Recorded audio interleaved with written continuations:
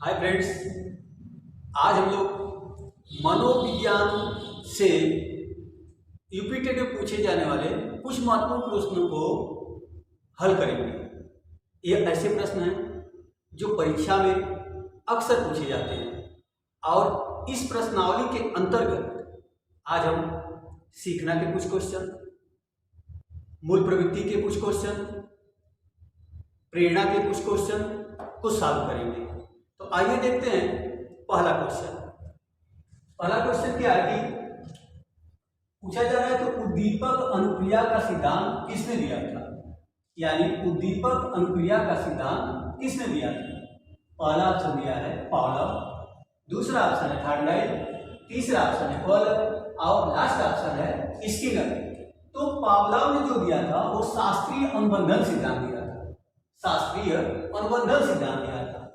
थार्डलाइट ने उद्दीपक अनुक्रिया का सिद्धांत दिया था। तो दूसरा ऑप्शन ही करेक्ट ऑप्शन। आगे देख लेते हैं, तीसरा है कॉलर। तो कॉलर ने सूझ तथा अंतर्दृष्टि का सिद्धांत दिया था और आपको पता होगा कि कॉलर एक गेस्टाल्टवादी था। गेस्टाल्ट एक जर्मन भाषा का शब्द है, एक जर्मन भाषा का शब्द है। लास्ट ऑप्शन है स्किनर। स्किनर ने क्रिया प्रसूति अनुबंधन सिद्धांत दिया था, क्रिया प्रसूति अनुबंध सिद्धांत दिया था। तो इस वाले क्वेश्चन में, पहले क्वेश्चन में बी वाला ऑप्शन क्या है, करेक्ट है। नेक्स्ट क्वेश्चन देखते हैं, क्वेश्चन नंबर 2। मोसले के अनुसार मनुष्य की प्राथमिक आवश्यकता होती है। मोसले के अनुसार मनुष्य की प्राथमिक आवश्यकता होती है। पहला ऑप्शन दिया है सुरक्षा की आवश्यकता, दूसरा दिया है शारीरिक आवश्यकता, तीसरा दिया है सम्मान की आवश्यकता और लास्ट दिया है आत्मसिद्धि की आवश्यकता। मोसले ने मानवतावादी सिद्धांत जब दिया था तो उन्होंने बताया था कि मनुष्य की जो प्राथमिक आवश्यकता होती है वह सबसे पहले शारीरिक आवश्यकता होती है, उसके बाद सुरक्षा की आवश्यकता होती है, उसके बाद स्नेह की आवश्यकता होती है, उसके बाद सम्मान की आवश्यकता होती है और लास्ट में मनुष्य को, प्राणी को आत्मसिद्धि की आवश्यकता होती है। तो पूछ क्या रहा है कि प्राथमिक आवश्यकता कौन सी है। इसका मतलब बी ऑप्शन ही करेक्ट ऑप्शन। शारीरिक आवश्यकताएं मोसले के अनुसार प्राथमिक आवश्यकताएं होती हैं। Question number 3। निम्न में सीखने का साधक कारक है। कह रहा है कि निम्न में सीखने का साधक कारक है। पहला ऑप्शन प्रेरणा, आकांक्षा का स्तर, रुचि और लास्ट ऑप्शन दिया है और उपरोक्त सभी।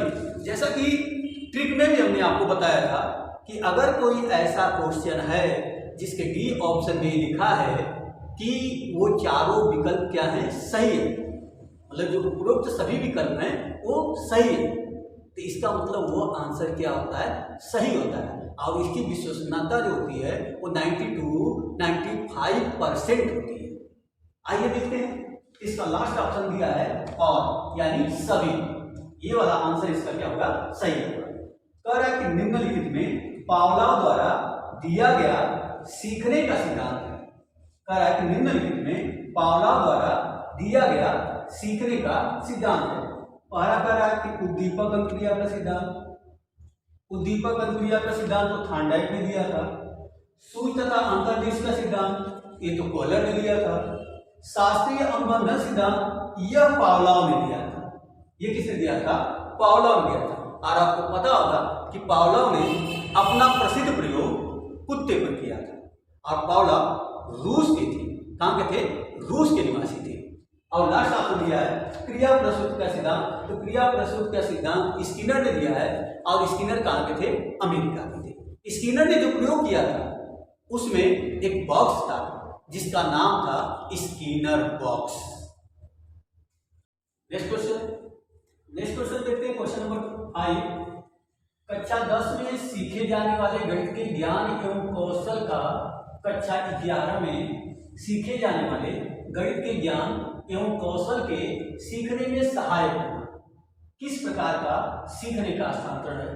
कह रहा है कि कक्षा 10 में गणित का ज्ञान सीखा गया है और कक्षा 11 में सीखे जाने वाले गणित के ज्ञान में वो सहायक है। तो पूछा जा रहा है कि यह सीखने का किस प्रकार का स्थानांतरण है। पहला ऑप्शन दिया है इसमें, पहला ऑप्शन है क्षैतिज स्थानांतरण, कह रहा है कि ये क्षैतिज स्थानांतरण है। दूसरा कह रहा है कि ऋणात्मक है, तीसरा कह रहा है कि ऊर्ध्व है, और चौथा कह रहा है कि एक पक्षीय है। तो हम आपको बता देते हैं कि सीखने का स्थानांतरण क्या होता है। जब किसी कौशल या ज्ञान का कोई वस्तु यदि हम सीखे हैं और उसके ज्ञान और कौशल का उपयोग किसी दूसरे वस्तु के सीखने में करते हैं तो इसे सीखने का स्थानांतरण कहते हैं। सीखने का जो स्थानांतरण होता है वह धनात्मक होता है, धनात्मक होता है, ऋणात्मक होता है, धनात्मक होता है, ऋणात्मक होता है। उसके बाद क्षैतिज होता है, ऊर्ध्व होता है, ऊर्ध्व को लंबी भी कहा जाता है, ऊर्ध्व को लंबी भी कहा जाता है। उसके बाद एक पक्षी होता है, उसके बाद द्विपक्षीय होता है। यह सीखने के स्थानांतरण। तो पहला देखते हैं धनात्मक स्थानांतरण कब होता है। जब कोई ज्ञान या कौशल हम सीखें और वो ज्ञान और कौशल किसी दूसरे वस्तु को सीखने में सहायक हो रहा है तो वो धनात्मक है, वो धनात्मक स्थानांतरण है। अगर वो उसमें बाधक हो रहा है तो ऋणात्मक स्थानांतरण है। आज जब एक ही स्टैंडर्ड के काम को कर रहे हैं और उसका ज्ञान उसी में यूज कर रहे हैं, एक स्टैंडर्ड का, जैसे मान लीजिए कक्षा 10 के गणित का ज्ञान, कक्षा 10 के ही फिजिक्स के न्यूमेरिकल को सॉल्व करने में अगर सहायक हो रहा है तो यह क्षैतिज स्थानांतरण है। और जब सुपीरियर काम में सहायक होता है, जैसे मान लीजिए हमको स्कूटर चलाना आता था, हम कार चलाना सीख गए तो स्कूटर का जो कौशल और ज्ञान था चलाने का वो कार चलाने में सहायक हुआ तो यह होता है ऊर्ध्व स्थानांतरण। एक पक्षीय स्थानांतरण जो होता है वह एक पक्ष से होता है, जैसे बाएं हाथ का बॉलिंग करना, बाएं हाथ से सिलना। द्विपक्षीय स्थानांतरण दोनों अंग से, दोनों पक्षों से काम जो होता है वह द्विपक्षीय स्थानांतरण होता है। तो आइए देखिए क्वेश्चन कह क्या है। कह रहा है ना कि कक्षा 10 में सीखा गया अब कक्षा 11 में प्रयोग कर रहा है, यानी कक्षा 10 कक्षा 11, तो कक्षा 11 कक्षा 10 से क्या सुपीरियर है। तो सुपीरियर जब काम कर रहा है ना तो समझ जाइएगा कि वहाँ क्या होगा, ऊर्ध्व स्थानांतरण होगा। अब ऊर्ध्व स्थानांतरण को क्या कहते हैं, लंबी स्थानांतरण भी कहते हैं। तो ये देखते हैं ऑप्शन देखते हैं, क्षैतिज स्थानांतरण, ऋणात्मक। ये सी वाला ऑप्शन इसका क्या है, करेक्ट ऑप्शन है। सी वाला ऑप्शन क्या है, करेक्ट ऑप्शन है। कह रहा है कि पुनर्बलन को विभाजित किया जाता है। पुनर्बलन एक कह रहा है धनात्मक, दूसरा कह रहा है ऋणात्मक, तीसरा कह रहा है ए और बी, और चौथा कह रहा है कि नॉट इनमें से कोई नॉन ऑफ दीज। जो पुनर्बलन होता है तीन, जिससे हमको फीडबैक मिलता है, वो दोनों होता है, धनात्मक भी होता है, ऋणात्मक भी होता है। जब उद्दीपक की उपस्थिति में होता है तो धनात्मक होता है, और जब उद्दीपक की अनुपस्थिति में होता है तो ऋणात्मक होता है। तो इसमें क्या है कि दोनों, सी वाला ऑप्शन क्या है, सही है। और हम अपना एक वीडियो जारी किए हैं कि यदि क्वेश्चन आपको नहीं आता है तो उस ट्रिक का आप इस्तेमाल करेंगे जो हमने उस वीडियो में बताया है और उसके अकॉर्डिंग एकदम सटीक बैठता है, ठीक ना। आगे देखते हैं क्वेश्चन नंबर 7, स्किनर बॉक्स किस प्रयोग से संबंधित था। स्किनर बॉक्स, तो स्किनर बॉक्स जो था, स्किनर ने प्रयोग किया था क्रिया प्रसूति अनुबंधन सिद्धांत, और यह प्रयोग कबूतर पर किया गया था। किस पर किया गया था, कबूतर पर। और स्किनर कहाँ थे, अमेरिका के थे, जैसा कि मैं आपको पिछले वीडियो में बता चुका हूँ, ठीक। तो आगे देखते हैं इसका स्किनर बॉक्स किस प्रयोग से संबंधित है। पहला ऑप्शन दिया क्रिया प्रसूति सिद्धांत। क्रिया प्रसूति जो सिद्धांत है यही स्किनर का है, तो first option is correct option. कह रहा है कि शास्त्रीय अनुबंधन सिद्धांत, अभी हमने देखा शास्त्रीय अनुबंधन सिद्धांत जो था वो पावलोव का था, ठीक। वो दीपक अनुक्रिया सिद्धांत किसका था, थॉर्नडाइक का था। सूच का सिद्धांत जो था वो हलर का था, ठीक है। तो इसके अनुसार जो first option is right option. Next question देखते हैं। नेक्स्ट क्वेश्चन क्या है, क्वेश्चन नंबर 8, शिक्षण अधिगम प्रक्रिया का मुख्य बिंदु। कह रहा है कि शिक्षण अधिगम प्रक्रिया का मुख्य बिंदु। तो शिक्षक, शिक्षार्थी, पाठ्यक्रम, तीन चीज होती है, ठीक ना। शिक्षक, शिक्षार्थी, पाठ्यक्रम। तो सेंट्रल चाइल्ड एजुकेशन जो बीजू भाई दिया था, उन्होंने बताया कि जो शिक्षार्थी होता है वह शिक्षण अधिगम प्रक्रिया का क्या होता है, मुख्य बिंदु होता है। यदि क्वेश्चन आपको ऐसे ही इस तरह से पूछा जाता है कि मनोविज्ञान में शिक्षा के केंद्र में कौन होता है, शिक्षक, शिक्षार्थी, पाठ्यक्रम, इनमें से कोई नहीं, तो वहां भी शिक्षार्थी ही होगा। यानी शिक्षा के केंद्र में बालक क्या है, मुख्य बिंदु है। ठीक ना, इसका ऑप्शन जो हो गया बी वाला ऑप्शन क्या है, राइट ऑप्शन। नेक्स्ट क्वेश्चन देखते हैं, क्वेश्चन नंबर 9। मानव विकास का आधारभूत कारक है। कह रहा है कि मानव विकास का आधारभूत कारक है। पहला ऑप्शन इसमें दिया है वंशानुक्रम, दूसरा दिया है वातावरण, तीसरा दिया है वंशानुक्रम एवं वातावरण, और चौथे वाले में दिया है नॉट, मतलब नॉन ऑफ दीज, इनमें से कोई नहीं। तो जो मानव विकास का आधारभूत कारक होता है वह वंशानुक्रम और वातावरण की अंतःक्रिया होती है। यानी जिसमें दोनों ऑप्शन होगा वो क्या होगा, सही होगा। तो यानी C option is correct option. C option में दिया है वंशानुक्रम एवं वातावरण, यानी दोनों इसके कारक हैं। किसके, वंशानुक्रम के। और वंशानुक्रम का जो नियम था, जिसे आनुवंशिकता का नियम कहते हैं, वो ग्रेगर जॉन मेंडल ने दिया था। किसने दिया था, ग्रेगर जॉन मेंडल ने दिया था। ठीक, नेक्स्ट क्वेश्चन देखते हैं। वंशानुक्रम के मूल वाहक होते हैं, यानी वंशानुक्रम के जो मूल वाहक, कैरियर कौन होता है। पहला कह रहा है शुक्राणु, दूसरा कह रहा है डिम्बाणु, तीसरा कह रहा है गुणसूत्र, और चौथा कह रहा है पितरेक। तो इसका last option is correct option. यह आखिरी आंसर जो है डी वाला, वो क्या है, करेक्ट ऑप्शन। अगर ये ऑप्शन नहीं रहता इसमें, ये ऑप्शन रहता तो सही होता, बट यहाँ पे पितरेक दिया हुआ है, तो पितरेक इज राइट ऑप्शन।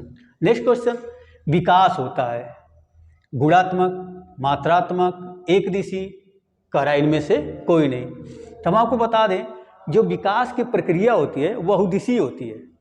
विकास की जो प्रक्रिया होती है बहुदिशीय होती है।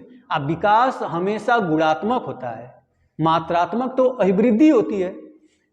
जो विकास होता है उसका स्तर काफ़ी व्यापक होता है, ठीक ना, काफ़ी व्यापक होता है। अभिवृद्धि जो होती है वो विकास में सम्मिलित होती है। तो इसका ऑप्शन हम देख लेते हैं।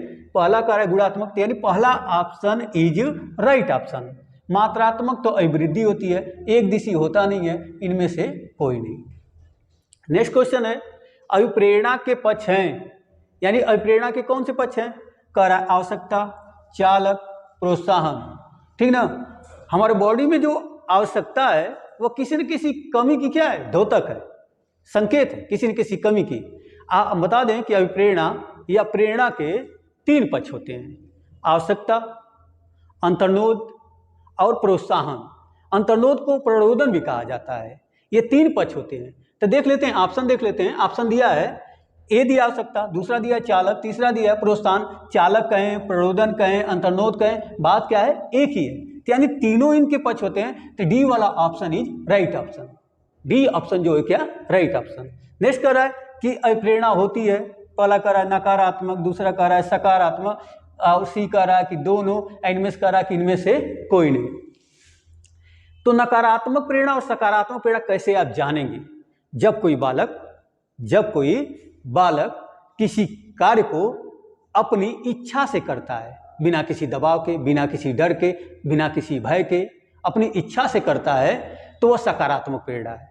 और जब किसी कार्य को बालक किसी बाहरी दबाव के, डर से, लालच में, इसके अधीन होकर कार्य करता है, तो नकारात्मक प्रेरणा है। तो कह रहा है कि दोनों प्रकार है प्रेरणा का, यानी C option is right option.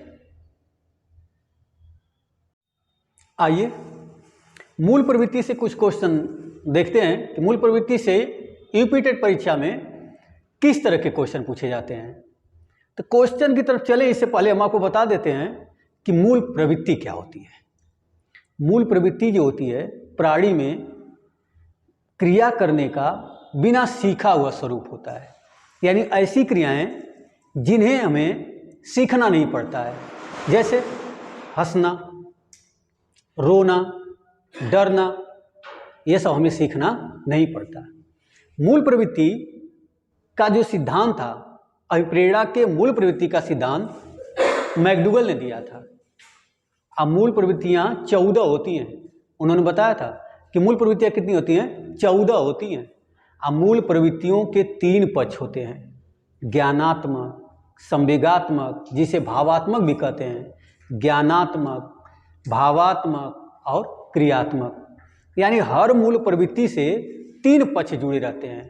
और मूल प्रवृत्ति की एक खास बात और होती है कि प्रत्येक मूल प्रवृत्ति से कोई न कोई संवेग जुड़ा होता है, कोई न कोई संवेग जुड़ा होता है। मूल प्रवृत्तियां जो होती हैं नैसर्गिक होती हैं, आदत से भिन्न होती हैं, सभी प्राणियों में समान रूप से पाई जाती हैं। ठीक ना? तो आइए इससे संबंधित कुछ क्वेश्चन हम करते हैं मूल प्रवृत्ति से। ठीक ना? देखते हैं पहला क्वेश्चन नंबर 14 जो है वह मूल प्रवृत्तियां होती हैं। पूछा जा रहा है कि मूल प्रवृत्तियां होती हैं। तो मूल प्रवृत्तियां आपको पता है 14 होती हैं। ऑप्शन दिया है ए 10, बी 12, सी 14 और डी 16। तो 14 नंबर का जो क्वेश्चन है पूछा जा रहा है कि मूल प्रवृत्तियां होती हैं वो कितनी होती हैं? 14 होती हैं। दूसरा कह रहा है कि मूल प्रवृत्तियों के कितने पक्ष होते हैं? तो मूल प्रवृत्तियों के कितने पक्ष होते हैं? ऑप्शन दिया है फर्स्ट 1, बी दिया है 2, सी दिया है 3 और लास्ट ऑप्शन दिया है 4। तो मूल प्रवृत्तियों के 3 पक्ष होते हैं। तो C option is right option. Next question देखते हैं, क्वेश्चन नंबर 16, पलायन से संबंधित संवेग है। हमने आपको बताया कि प्रत्येक मूल प्रवृत्ति से कोई न कोई संवेग अवश्य जुड़ा होगा। तो देखते हैं, क्रोध है तो क्रोध यह संवेग जो है यह युयुत्सा से जुड़ा है। किससे? युयुत्सा से। युयुत्सा से क्रोध जुड़ा है। घृणा जो होता है वो निवृत्ति से, ठीक ना, निवृत्ति से। आश्चर्य जो है जिज्ञासा से।